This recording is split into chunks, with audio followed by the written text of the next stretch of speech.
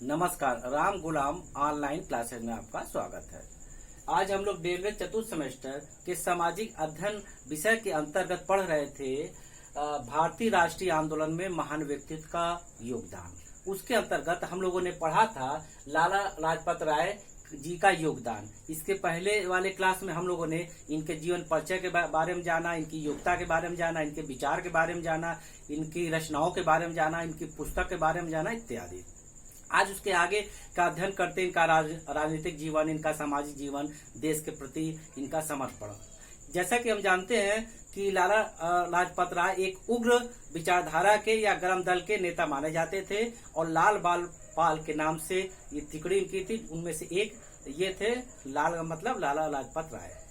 आगे देखते हैं, ये अपनी रचनाओं के माध्यम से जो इनके समाचार पत्र थे पंजाबी और अन्य, वो उनके माध्यम से वो समाज में पूरे भारत में पंजाब में स्वराज्य की बातों को, विचारों को जन जन तक पहुंचाना चाहते थे। स्वराज्य क्या है, अंग्रेज को किस प्रकार हम हरा सकते हैं, मुकाबला कर सकते इत्यादि। क्योंकि लोगों में जब तक जन जागरण नहीं होगा, उनको स्वराज्य के बारे में पता नहीं चलेगा, तब तक एक बड़े आंदोलन में जन समूह का जो संगठन बन पाना थोड़ा मुश्किल है। जब लोगों को इन्होंने समाचार पत्र द्वारा बताया और समय समय पर इनके समाचार पत्र में जो उत्तेजक लेखनी थी, जो अंग्रेज के विरुद्ध थी और भारतीय के पक्ष में थी, स्वराज की बातों को लेके रही, तो इनको समय समय पर उसके लिए तमाम कष्ट का भी सामना करना पड़ा। लेकिन देश के लिए कष्ट हो या त्याग हो, सब जायज है। इन्होंने स्वदेशी एवं बहिष्कार आंदोलन का पंजाब में नेतृत्व किया, जो समय समय पर 1905 का बंगाल विभाजन हो या उसके बाद का हो, असहयोग आंदोलन इत्यादि का हो, तो उसमें जो स्वदेशी और बहिष्कार आंदोलन चला, उसका इन्होंने अपने पूरे पंजाब क्षेत्र में नेतृत्व किया। स्वदेशी और बहिष्कार आंदोलन के बारे में एक बार फिर चर्चा कर ले, समय समय पर इसकी चर्चा हम करते रहते हैं। स्वदेशी आंदोलन का मतलब अपने देश में बनी विभिन्न वस्तुओं का प्रयोग करना। जैसे इस समय हम देख सकते हैं भारत और चीन के बीच में जो मतभेद है, जिस कारण भारत में चीनी सामान का बहिष्कार हो रहा। बहिष्कार का मतलब है कि उस देश की बनी विभिन्न वस्तुओं, चाहे इस समय के परिप्रेक्ष्य में टेलीविजन है, मोबाइल है, पेन है, डेकोरेशन की चीज आदि है, उसका हम प्रयोग नहीं करेंगे, क्योंकि ये पैसा हमारे देश का पैसा विदेश में जा रहा है, जो हमारे हित के बारे में नहीं सोच रहा है। हम अपने देश में स्वदेशी आंदोलन, जिसके संबंध में विभिन्न संस्थाएं या विभिन्न कह सकते हैं कि सरकारी और गैर सरकारी संगठन द्वारा भी स्वदेशी के नाम से विभिन्न उत्पाद हमारे सामने आ रहे हैं, जो हमारे देश में बने हैं। और हमारे देश में बने हैं तो हमारे भारतवासियों को लाभ होगा। जब हम स्वदेशी आंदोलन के अंतर्गत अपने देश में बने वस्तुओं को खरीदेंगे, तो उससे जुड़े जो भी लाभ हैं हमारे भाई बंधुओं को मिलेगा, हमारे देश का व्यापार आगे होगा और हमको अपने देश का एक प्रकार से मदद ही हम कर सकते हैं। एक देशभक्त के रूप में अपने देश का मदद करने में बड़ा सहयोग मिलेगा कि हम स्वदेशी के माध्यम से अपना पैसा, अपना बटुआ अपने देश के लिए मोड़ रहे हैं। और बहिष्कार का मतलब है कि विदेशी वस्तुओं को बहिष्कार करना। उसके बाद इनका नेतृत्व इन्होंने पंजाब में कुशलता पूर्वक किया, क्योंकि पंजाब इनका बड़ा वर्चस्व था। पंजाब के ये पंजाब केसरी कहे जाते थे, पंजाब शेर के नाम से जाने जाते थे। और पंजाबी समाचार के पत्र से इन्होंने स्वराज या स्वदेशी संबंधी विभिन्न लेख को लिखा, जिससे लोगों में जन जागरण हुआ और लोग जागृत हुए। क्योंकि जो समाचार पत्र का माध्यम है, उस माध्यम से वो जन जन तक अपनी बातों को कम समय में सरलता से पहुंचा सकते थे। और यही उद्देश्य था, लोगों तक अपनी बात पहुंचाए और उनको अपने पक्ष में करे, देश हित में करे। जिससे कभी भी ऐसा आंदोलन हो, जब किसी आंदोलन में ढेर समूह होता है, तो आपकी वो ताकत होती है, आपकी हिम्मत होती है, आपका वो प्रभाव होता है। इसके बाद 1907 में पंजाब में जो विभिन्न गतिविधियां थी, उस कारण जब सरकार द्वारा अंग्रेज सरकार द्वारा देखा गया कि ये विभिन्न रूप से इनकी गतिविधियां अंग्रेज विरोधी बड़ी प्रबल हैं, बहुत तेज हैं और एक जनमानस को अपने पक्ष में कर रही हैं, तो सरकार जानी रहे समय समय पर भारतीयों को या क्रांतिकारी गतिविधियों को दबाने के लिए हर प्रयास करती है, कानून बना के या सैनिक कार्रवाई द्वारा। उसी के परिप्रेक्ष्य में 1907 में पंजाब में जो गतिविधियां चल रही थी क्रांतिकारी, उसके परिप्रेक्ष्य में सभी सभाओं और समितियों पर प्रतिबंध लगा दिया गया। यानी अंग्रेजों द्वारा 1907 में पंजाब में ये कह के प्रतिबंध लगाया गया कि ये सारी अंग्रेज विरोधी गतिविधियां हैं जो राजद्रोह आदि के अंतर्गत आती है, तो कोई भी सभा नहीं होगी, कोई भी समिति गठन नहीं होगा, उनका कोई कार्यक्रम नहीं होगा, किसी प्रकार का कोई ऐसा देश हित में कार्यक्रम नहीं होगा। इस प्रकार करके कानून बना के उन्होंने क्रांतिकारियों को दबाने का प्रयास किया। लेकिन भारतीय लोग जो थे वो क्रांति के नाम पर सब कुछ तन मन धन देने को तैयार थे, और वही हुआ। हमारे देश को आजाद करवाने के लिए ज्ञात अज्ञात तमाम ऐसे शहीद हैं जो आज भी हमारे लिए पूजनीय है, उनको सत सत नमन मैं करता हूँ।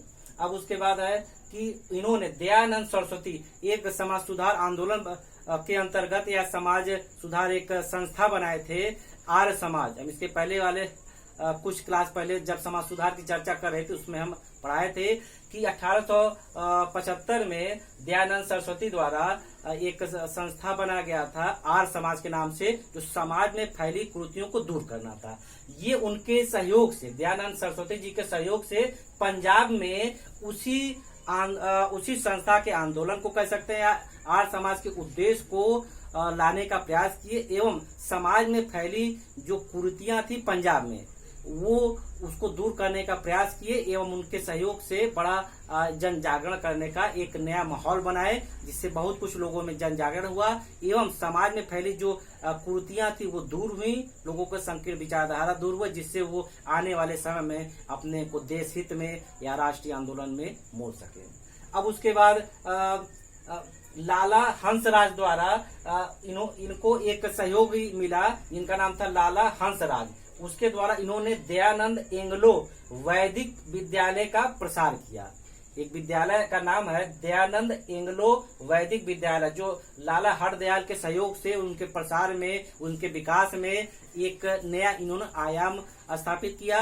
ये जानते थे कि भारत में यदि प्रकाश लाना है, अंधकार को दूर करना है, जन जागरण करना है, तो लोगों में शिक्षा का प्रसार करना होगा, जिससे जब ज्ञान का प्रसार होगा तो स्वतः लोग अपने अधिकार के प्रति, स्वराज के प्रति सचेत होंगे, जागरूक होंगे, जो बुद्धिजीवी वर्ग के रूप में बाद में जाने जाएंगे। और उसके बाद देखते हैं फिर वर्तमान में जो ये दयानंद एंग्लो वैदिक विद्यालय है, इसको इस समय हम जो नाम से जानते हैं DAV कॉलेज या स्कूल के नाम से जानते हैं, जो आज उसी की शाखा के रूप में चली आ रही है। DAV कॉलेज या DAV स्कूल के नाम से जानते हैं, और वो शिक्षा के क्षेत्र में आज भी काम कर रहे हैं।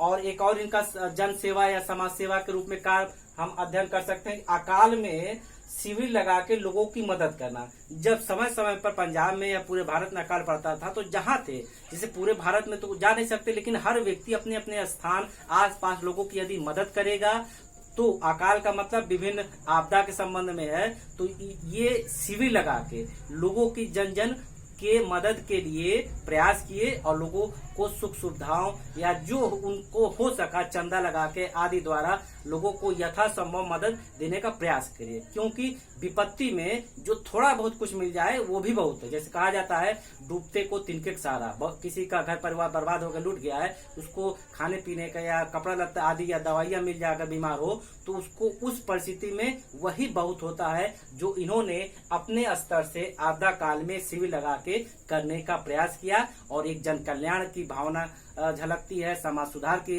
भावना झलकती है, और जन के प्रति अपनापन की भावना झलकती है।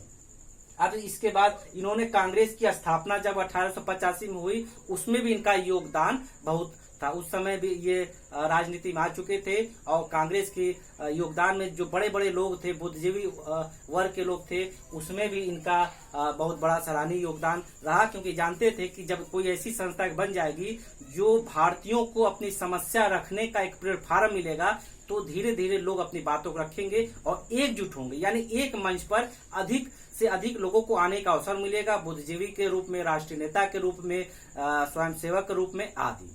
तो इनका भारतीय राष्ट्रीय कांग्रेस की स्थापना में भी विशेष योगदान रहा है, और कांग्रेस के ये अध्यक्ष भी रह चुके हैं।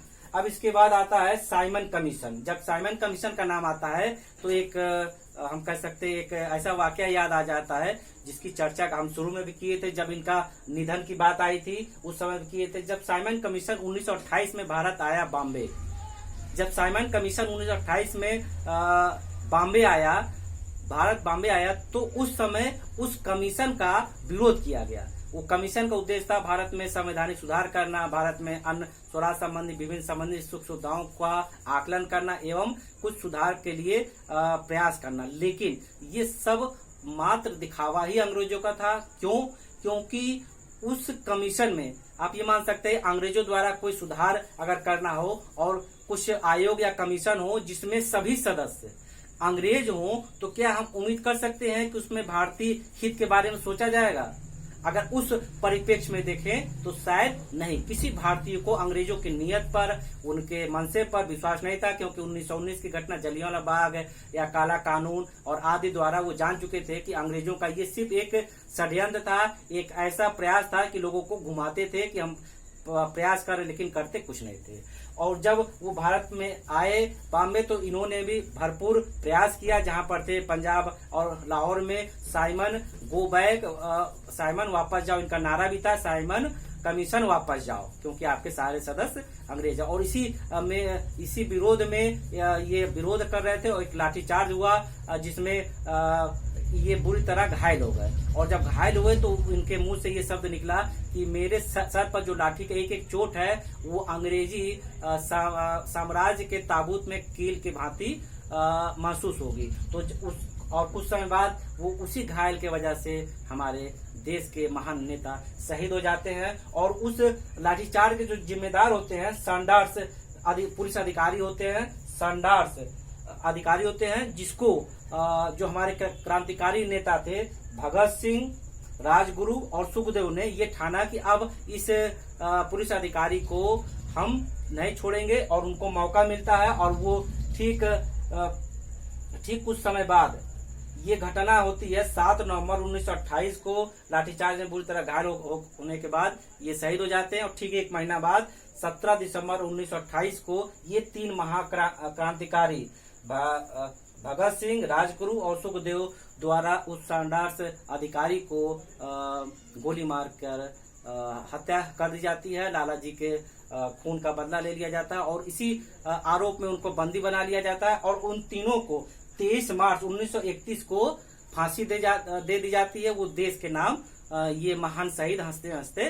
शहीद हो जाते हैं। इस प्रकार हम देखते हैं कि लाला जी जन्म से लेके लास्ट तक भारत के लिए जिए और भारत के लिए बहुत कुछ किए। आइए अब हम जाने कि हम लोगों ने आज के इनके लेसन से क्या सीखा। तो लाला लाजपत राय जी का जो उपनाम था लाला जी, पंजाब केसरी, पंजाब शेर, और इनका जो नारा था साइमन वापस जाओ। और अंग्रेज के बारे में कहे थे, जब साइमन कमीशन का विरोध कर रहे थे, लाठीचार्ज हुआ, तो उस समय उन्होंने कहा था जो अंग्रेज के लाठी का एक एक प्रहार या चोट हमारे सर पर है या शरीर पर है, वो अंग्रेज साम्राज्य के ताबूत में कील के समान होगा। इन्होंने अनहैप्पी पुस्तक आदि भी लिखा, समाचार पत्र में पंजाब या पंजाबी समाचार पत्र के नाम से भी संबोधन इन्होंने अपने विचारों को किया। इस प्रकार हम देखते हैं कि विभिन्न तरीके से ये देश हित में काम किए। और जो देश हित में आंदोलन था लोगों के छोटे छोटे टुकड़े के रूप में रहा, किसी को ये पूरा मिलाकर के ये एक मुट्ठी बने, क्योंकि एक व्यक्ति पूरे भारत को शायद आजादी